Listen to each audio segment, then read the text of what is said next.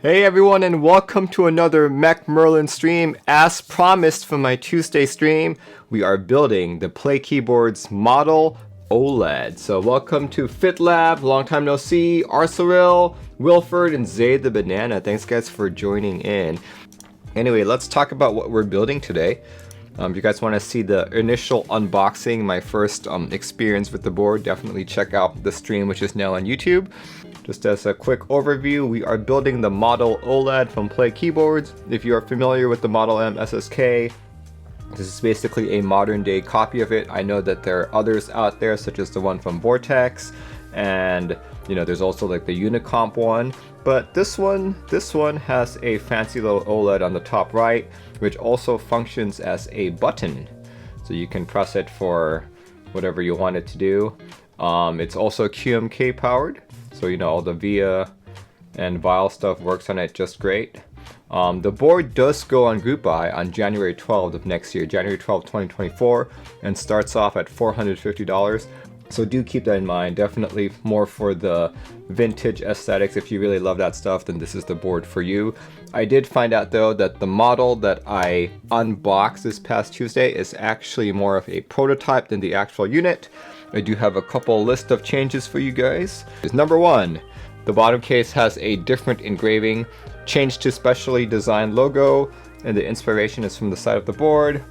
I also mentioned that you had to screw the PCB and the plate together so that it would fit the curve better. They're actually reducing the number of screw positions just to limit the number of parts. Top mounting positions of the plate are also rearranged for a better typing experience. So unfortunately, once I do build this board, and additionally there will be rubber feet position changes. It'll be more like the Gion type feet rather than the one that I showed off on Tuesday. So yeah, those are the major changes. Let's get to building. As usual, I've already put in all of the stabilizers. As you guys can see, these were stabilizers provided by Play Keyboards. I couldn't really tell if they were Durock or whatever, but yeah, I opted for, actually, you don't really have a choice when it comes to your 2U stab, so you have your backspace, enter, left shift, right shift, but I did have a choice between 6.25 and 7U, so I chose 7U just to be closer to the original Model M SSK aesthetic. Also, I couldn't really find a very tactile switch. The most tactile switch that I have is actually this guy right here. These are the G Square Studios. I believe they're called Dreamland tactile switches. Yeah, I don't have too many tactile switches because I'm primarily a linear guy, but this guy is made of a PC top, a nylon bottom, and a palm stem. The bottom out force of 62G, and no factory lubing, but they are fairly smooth.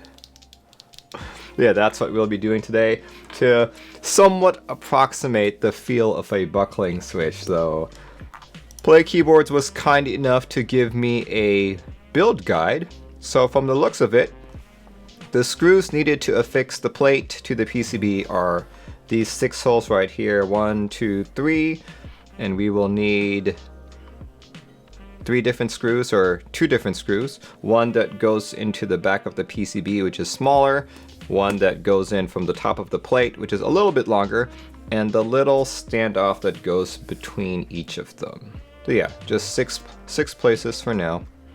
There are 6 screws affixing the top and bottom pieces.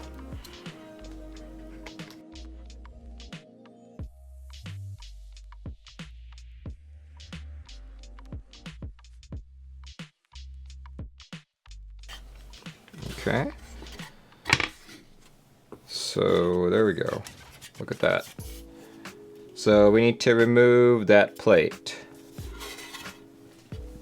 And that plate is affixed with Phillips screw heads. Okay.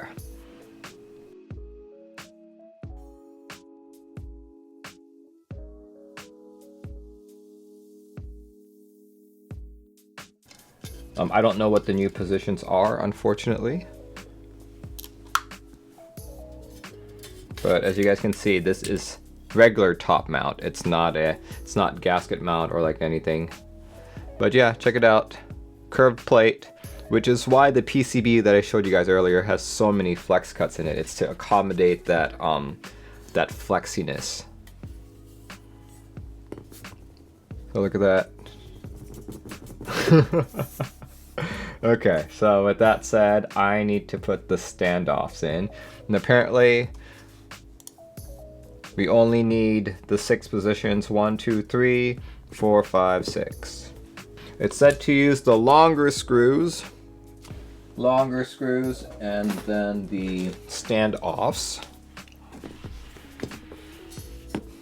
There. I'm gonna use a gray mat just so I can see the screws better. You didn't realize it was in Seattle, so you knew about this event. I didn't know it was such a... I didn't know that it was well known outside of Washington.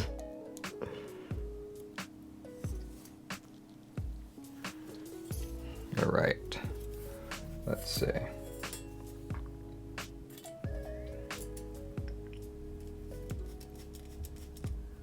Okay. Not terribly difficult to screw it in.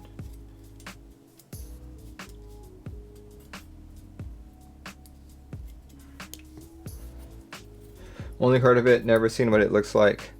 Yeah, I've never seen it either, but I've seen pictures. And I didn't know it was located here. Okay, we got 1 in. Okay. 1 in, 5 more to go.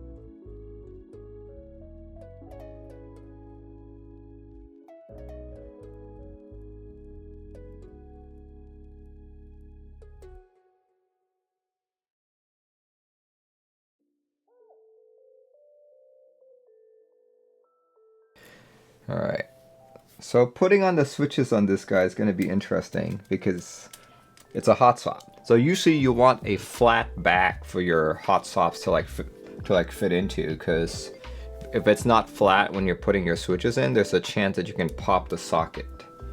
So now we have a curved back. So I'm like, So if you guys can see, there are other positions you could put screws in. There's 1, 2, 3, 4, 5, 6, 7, 8, 9, 10 more positions that you could put it in. Yeah, but the instructions say recommended screw positions, only the ones on the side. Okay. Hopefully that's enough to properly put in those switches. Okay, let's put all these guys away and we'll try popping in switches. Might be because of the incidental dehumidifying that ACs do too. Alright, I'm definitely just not going crazy. Yeah, that could do it too. Or you know, when it's colder in your room, your fingers are more tense. I don't know. Or like, you know, the environment in your room changes how the sound waves travel through the air.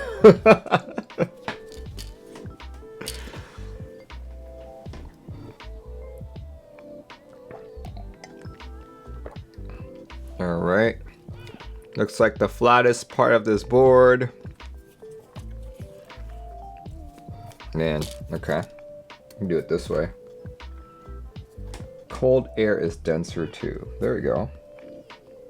Okay.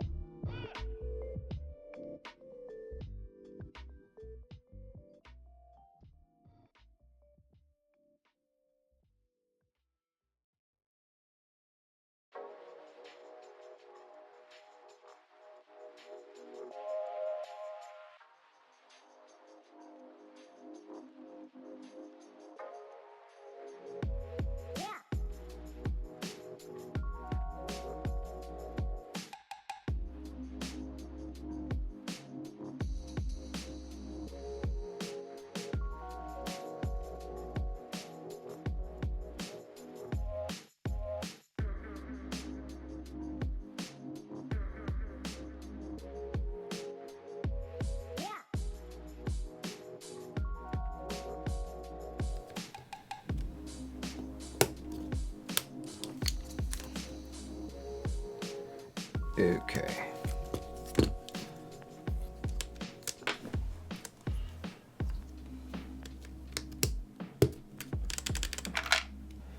And looks like we are done. We are done. Ta-da!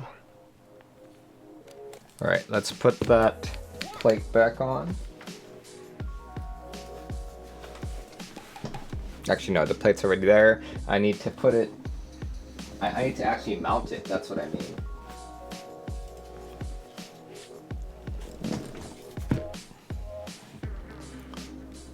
Okay.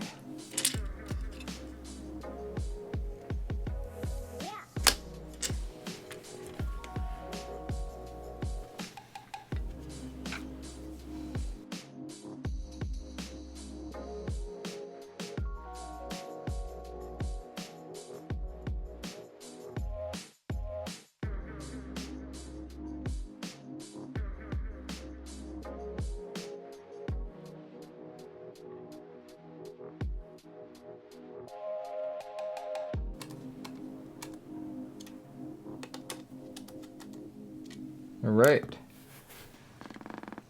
Okay. And then how does this go? There it is. Okay, so it looks like this kind of ribbon cable is attached by pulling or pushing forward first. And then you slip it in. You slip it in like that, like so. Really simple. And then closing it by pulling towards you again. At least I think that's how it was supposed to be. Yeah, looks like that's how it's attached on the other end too. It looks like we're good. Looks like we're good. Okay. I'm not going to completely seal it yet. Just want to test it out first. Oh yeah, by the way, this guy came with some case foam. Case foam.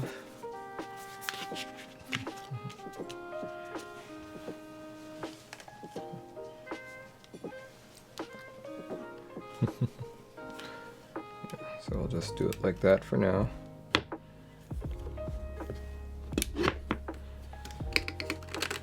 Ooh. Okay.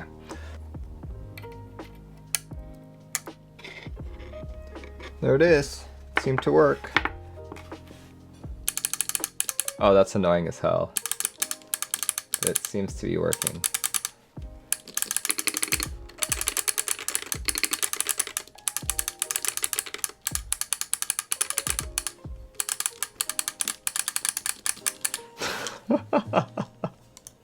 Just as annoying as most boards. Yep. As annoying as all solenoid boards. Okay, okay. We're good, we're good. We are good.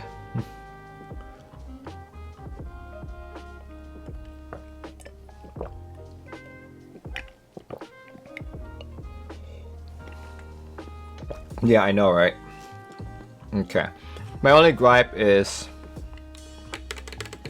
I feel like to properly reset the board, you do need to take it all apart, which I know some people don't like doing that.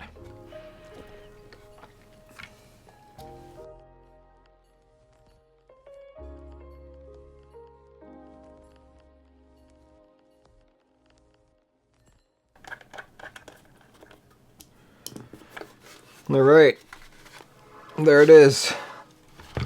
Let's put some keycaps on. Once again, we're using classic beige, nice PBT from Canon Keys.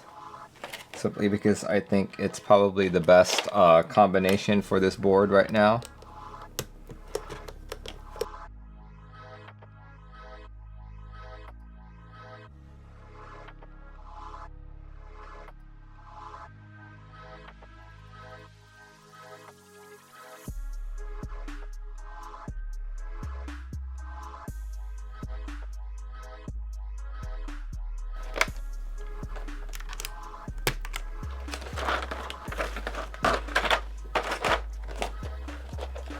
Takes me back to computer lab days in school.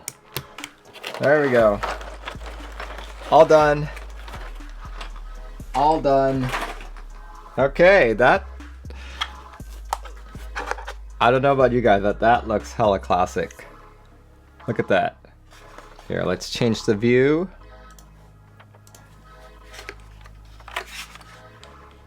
It's a Model M SSK. Look at that. Looks really good. There. It actually sounds really good too. Oh, I love how that feels. And it's tactile. Interesting.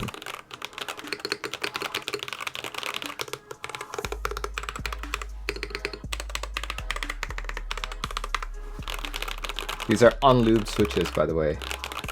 Sounds good and feels good. Now let's see what's it's like when we do a typing test. Oh god, that's so bad. Alright, we are going to do a 100-word typing test. I like to use typings.gg.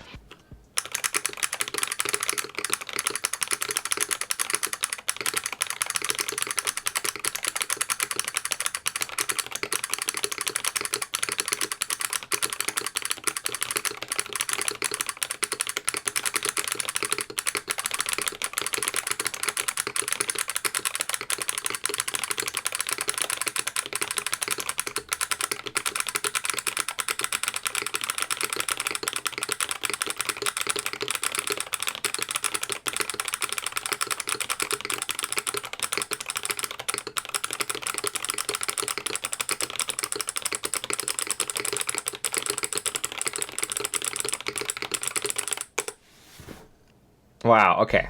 So that was actually tiring for my fingers. I'm not used to typing on tactile anymore, but that was interesting.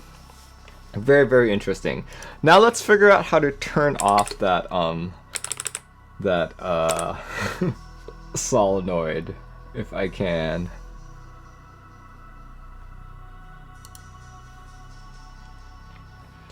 Okay. Oh, interesting. That's the haptics toggle. Okay, I get it. So to turn it off, I press that. And now, yay! Okay, there we go. That's how you turn it off. Perfect. Alright guys, we're gonna do another typing sound test, but this time without the solenoid. Because to be honest, that solenoid kind of tripped me up. So let's see how it sounds. This is the regular G Square Studios Dreamland tactile switches, completely unlubed, and it does have the case foam in it. And this is nice PBT classic beige. Okay, let's try it out.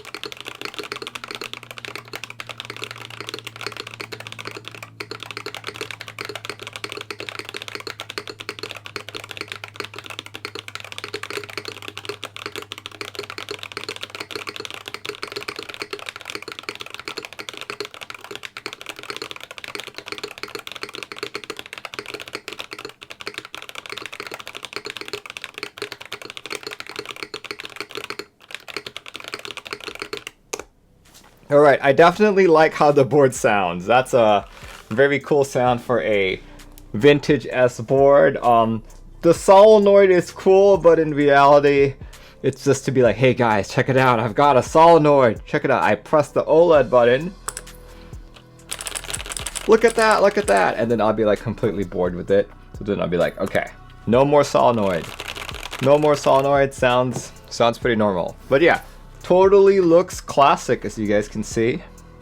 Yeah, for me though, I used to be a big vintage guy, but then I got too many. They all started looking the same, that I ended up just selling a bunch of them. But something like this is definitely a keeper. So you guys can see at the back there. Actually, I don't have any lights on, but I do have my Dolce Pack board there, and I now have the modern Dolce board as well. I don't like the vintage boards, but I like vintage boards with modern components, I guess. So what I do have here is a prototype. The back logo will also be changing as well, and the number of mounting points for the plate to the actual top case will be different. Yeah, he's trying to make it less components and to tweak the typing feel a little bit better. But there is software to change the OLED here, to change what you want showing up on there. The reason why I'm not showing it off is because it is Windows only, or at least the file he sent me is a .exe, Windows executable. As many of you know, I am a Mac OS user, so there's nothing I can do with that. Okay, so that didn't take too long at all. I started around, what, 2 p.m. It is now 3:35. Basically like an hour and a half. And I did do the stabilizers beforehand. I lubed them and I attached them to the PCB. But just a couple first impressions of the board. As you guys know, I am not big on the vintage aesthetic simply because I started off on vintage keyboards and I got bored. I got really bored with them. With that said, I think the board still looks really good. I made the right choice in picking nice PBT classic beige and also using the G-Score Studios Dreamland switches. I think it resulted in a very pleasant sounding board. Really like how it sounds, really like how it feels, though because I'm not used to tactile switches anymore. After about like 40 words, my fingers were getting tired. But in terms of sound and feel, really like it. The big question though is it worth 450 bucks? You know, especially in the current market of boards. Would you spend $450 for a board of this caliber? Keep in mind, it is only top mount. It does have QMK and VIA support, and it has an OLED on it. But there are plenty of boards with OLEDs that are less than 450 bucks, especially the Zoom 75, you know. Zoom 75 is like one of them, and you could be like, but Merlin, it's got a solenoid in it too. Sure, that's true. It's like when I first heard that it had a solenoid, the closest thing I could think of was the vintage 60S. You guys remember that one? Also by G-Score Studio. Let's see, that one retailed for, I think, slightly less, but not by much. The G-Score Studio Vintage 60S was, yeah, $385, so not that much cheaper. But I think the reason why it's so expensive is because of the size of the bezels. You know, in fact, do I have my Vintage 60S? Here we go. My Vintage 60S with SA, I forget what this set is called. Is it carbon? No, it's not carbon. It's SA. Oh, I forget what it's called. But yeah, this is the Vintage 60S. Also comes with a solenoid. This time I put linears on it. And I say this guy, even though it's a 75, it is noticeably heavier than the model OLED. So yeah, this guy was definitely more substantial, but also cheaper. Like this guy was standard edition with $385, special edition $425. But then again, it doesn't look like any vintage keyboard that you and I know of, right? Whereas this guy will definitely appeal for all the vintage aesthetic lovers out there. Would I myself go out and buy this board? Probably not. I think for me to actually go out and buy this on my own, I think the PCB would need to have couple more layouts. You know, like one thing I really wanted was to split my right shift, and admittedly that's not a big deal, but this PCB also doesn't support ISO, so if you're an ISO user, this board's out of the question. I like having the OLED being a pressable button, but at the same time, I think the issue with the OLED for me is it's not big enough. Maybe he could have a edition where there is no OLED, which would defeat the purpose of the name. Because I think some people just really want the vintage aesthetic, and this might be the one that holds them back from buying it. I think it's a good board, but for like, I could see this board being cheaper, to be honest, being cheaper. But it's definitely for the vintage aesthetic people. But yeah, if you guys are interested, this guy goes on sale or starts group buy January 12, 2024. Keep in mind, I do have a prototype unit, though I suspect the production will sound just as good and will feel just as good as well. 450 bucks, 2 to 3 month delivery time. Yeah, thanks guys for joining in. I will have another unboxing this coming Tuesday of another TKL-ish board. And depending on the festivities, I may or may not build it the following Saturday. But thanks guys for joining in. If I don't see you again, hope you all have a Merry Christmas if you celebrate it. And hope you have a good time with all your families. Alright, goodbye everyone. See you next week. Bye-bye.